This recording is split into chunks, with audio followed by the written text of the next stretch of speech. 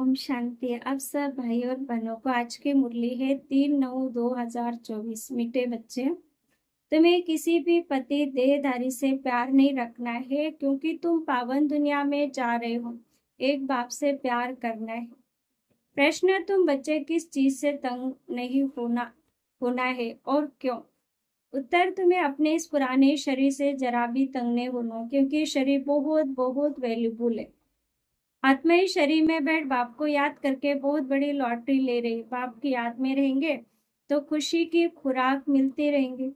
ओम शांति। मीठे मीठे रूहानी बच्चे, आप दूर देश के रहने वाले, फिर दूर देश के पैसेंजर्स हो। हम आत्माएं हैं और अभी बहुत दूर देश जाने का पुरुषार्थ कर रहे हो।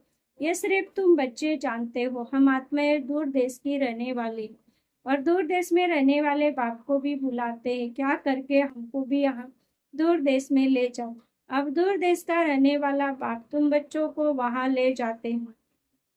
तुम रूहानी पैसेंजर हो, क्योंकि शरीर के साथ हो ना।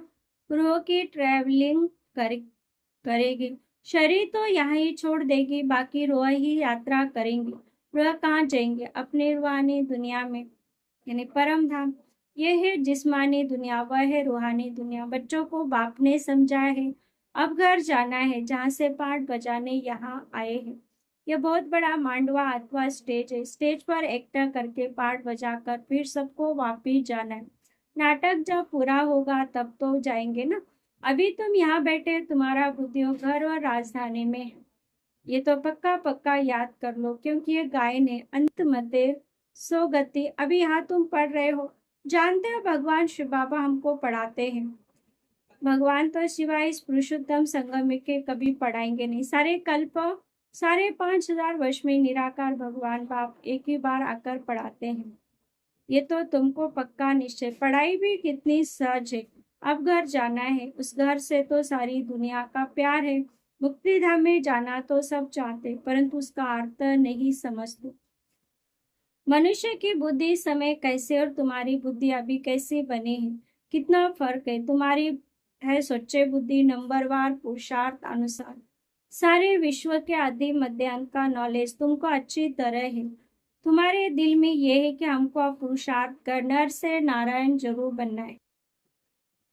यहाँ से तो पहले अपने घर में जाएंगे ना, तो खुशी से जाना है। जैसे सतयुग में देवता खुशी से एक शरीर छोड़ दूसरा लेते हैं, वैसे इस पुराने शरीर को भी खुशी से छोड़ना है। इनसे तंग नहीं होना, क्योंकि ये बहुत वैल्यूबल शरीर है। ये शरीर द्वारा आत्मा को बाप से लॉटरी मिले। हम जब तक पवित्र नहीं बने हैं तो घर जा नहीं सकेंगे। बाप को याद करते रहेंगे, तभी उस योग बल से पापों का बोझा उतरेगा। नहीं तो बहुत सजा खानी पड़ेगी। पवित्र तो जरूर बनना है। लौकिक संबंध में भी बच्चे कोई गंदा पतित काम करते तो बाप गुस्से में आकर लाठी से मार देते, क्योंकि बेकायदे पतित बनते हैं। किसके साथ भी बेकायदे प्यार रखते तो माँ बाप को अच्छा नहीं लगता। ये बेहद का बाप फिर कहते, तुम बच्चे को यहाँ तो रहना नहीं, अभी तुमको जाना है नई दुनिया में, यानी सत्य। ये तो दुनिया छीछी, कलयुग छीछी दुनिया।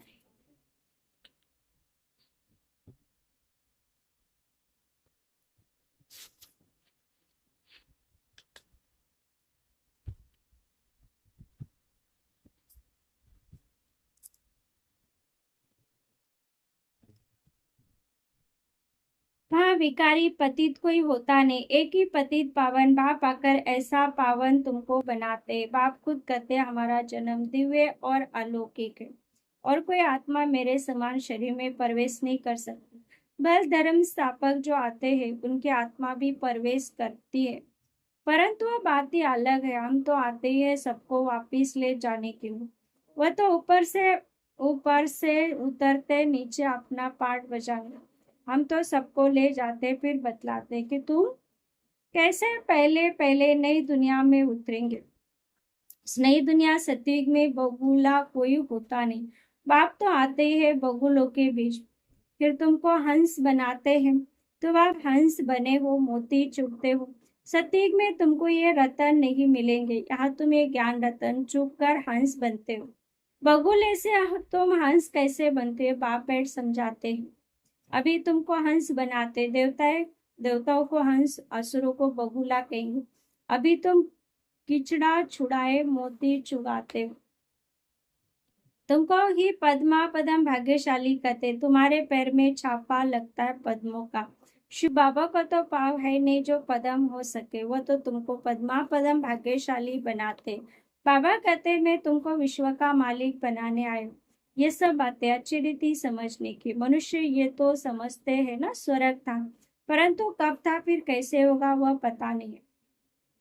तुम बच्चे अभी रोशनी में आए हो, वह सब अंधेरे में है। ये लक्ष्मी नारायण विश्व के मालिक कब कैसे बने ये पता ही नहीं। 5000 वर्ष की बात है।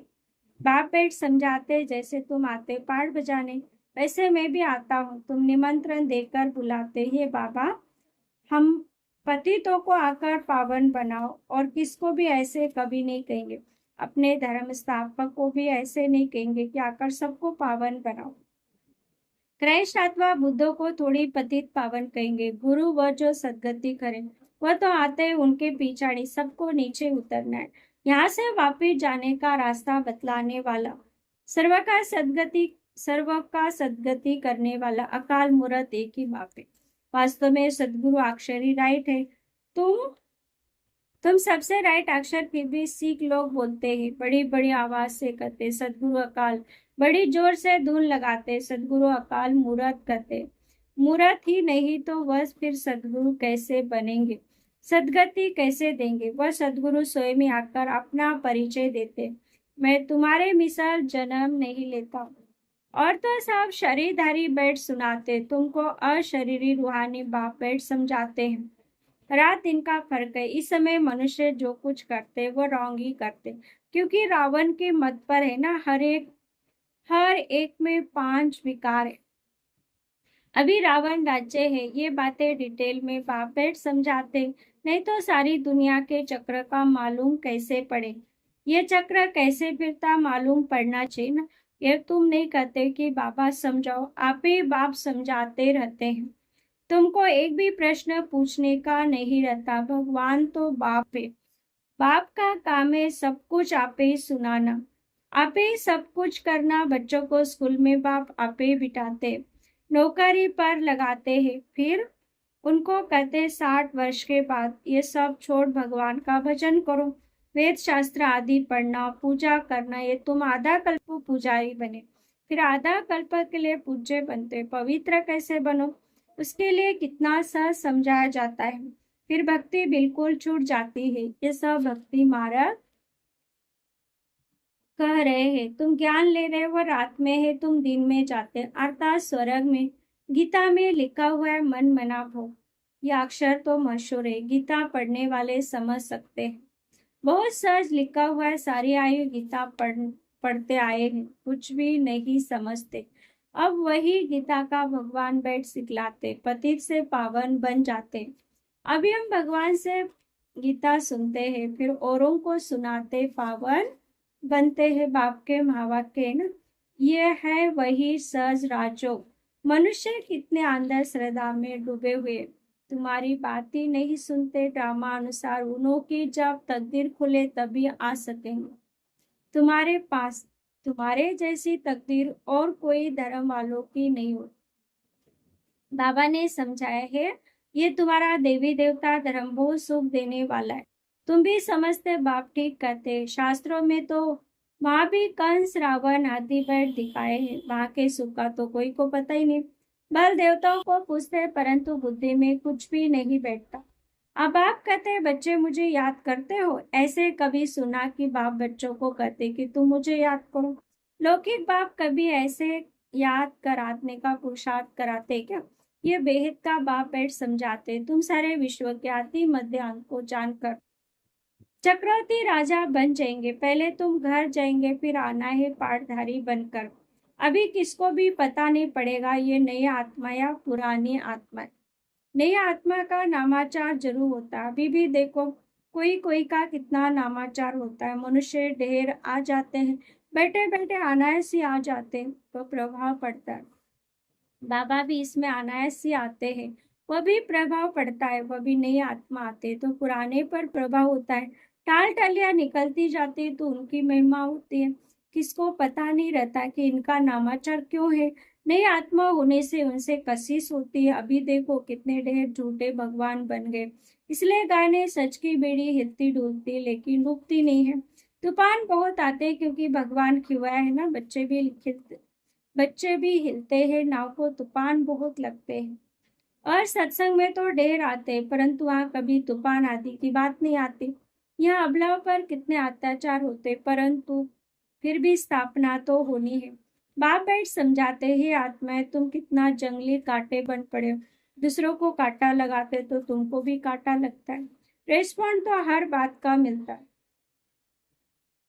वहां दुख की छीछी बातें होती नहीं, इसलिए उनको कहा जाता है स्वर्ग।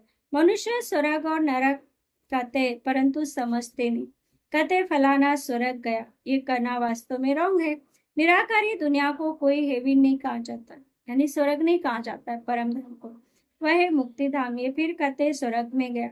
अभी तुम जानते हैं मुक्ति धाम आत्माओं का घर है। जैसे यहाँ घर होते हैं, भक्ति मार्ग में जो बहुत धनवान होते तो कितने ऊंचे मंदिर बनाते हैं। शिव का मंदिर देखो कैसे बनाया है। लक्ष्मी नारायण का भी मंदिर बनाते तो जैसे जेवर आदि कितने होते, बहुत धन रहता। अभी तो झूठ हो गया, अभी आगे कितने सच्चे जेवर बनते थे। अभी तो गवर्नमेंट के डर से सच्चा छिपाए झूठ बनते रहते। वह तो है सच, सच ही सच, झूठ कुछ भी होता नहीं।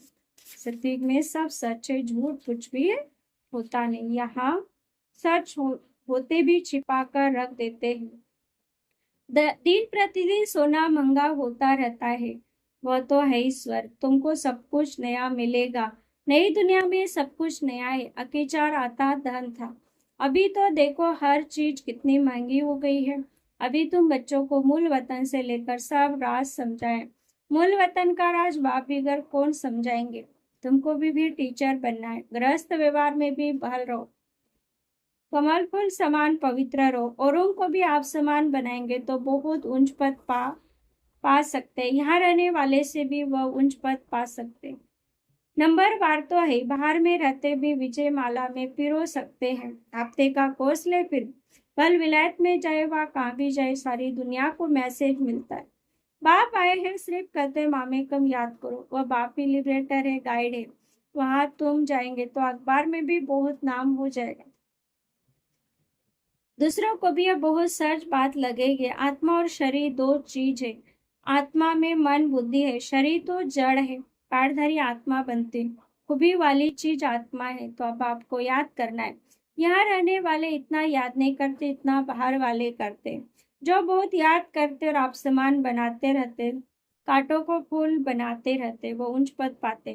तुम समझते पहले हम भी काटे थे, अब आपने ऑर्डिनेंस निकाला है। काम महाशत्रु है, इन पर जीत पाने से तुम जगह जीत बन जाएंगे।